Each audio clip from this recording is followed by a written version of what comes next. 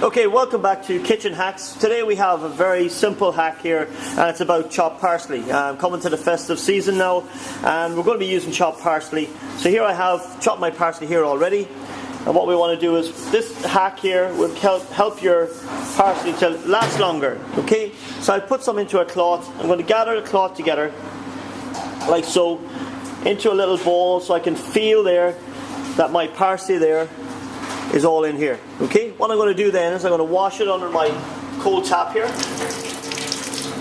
Okay, like so. And what I'm actually going to do is I'm going to wash the green or the chlorophyll out of my parsley. Okay, so you just keep running underneath the cold water.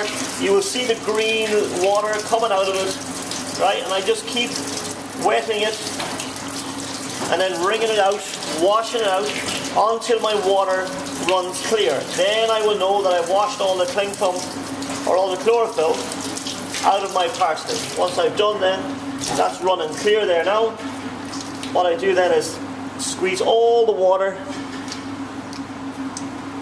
out of my parsley. And what we do then is we open it out. And then we put it onto my tray, like that. We get rid of our cloth. And what we have then is we have our parsley, which is now bone dry. Okay, we've washed out the chlorophyll, so it won't go as sour, as quick. It will last longer. And every piece of parsley that we've chopped is separated. And there we have a very kitchen hack, easy kitchen hack. We still have the flavour. It's not going to go sour as quick. It'll last longer.